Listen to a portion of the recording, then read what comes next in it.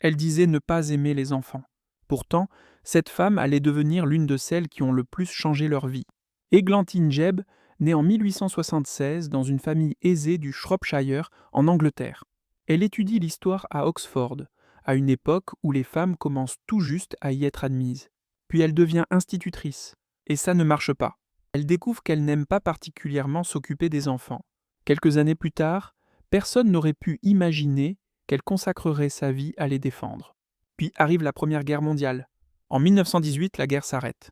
Mais le blocus allié continue en Allemagne et en Autriche. Des enfants meurent de faim. En 1919, Églantine découvre des photographies de ses enfants. Elle décide de les montrer au public britannique. Le problème, c'est que ces enfants sont ceux du pays que la Grande-Bretagne vient de combattre. Alors Églantine fait imprimer des tracts. Sur les photos, une phrase. Notre blocus a causé ceci. Des millions d'enfants meurent de faim. Elle les distribue elle-même à Trafalgar Square. Elle est arrêtée. Condamnée à une amende de 5 livres, elle vient pourtant de faire quelque chose de beaucoup plus important.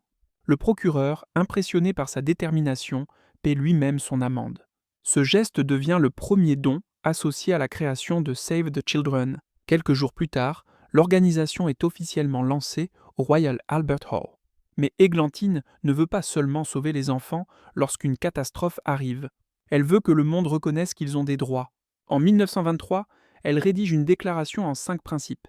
Un enfant doit pouvoir être nourri, soigné, protégé, secouru en priorité lorsqu'une catastrophe frappe, et recevoir une éducation. En 1924, la Société des Nations adopte cette déclaration. Pour la première fois, une institution internationale reconnaît officiellement des droits propres aux enfants. Églantine meurt à Genève en 1928, à seulement 52 ans. Elle ne verra jamais jusqu'où son idée ira. 61 ans plus tard, en 1989, les Nations Unies adoptent la Convention internationale des droits de l'enfant. Le texte qui protège aujourd'hui les droits de millions d'enfants trouve ses racines dans les 5 principes qu'elle avait écrits en 1923. Et c'est peut-être ça, son véritable écho.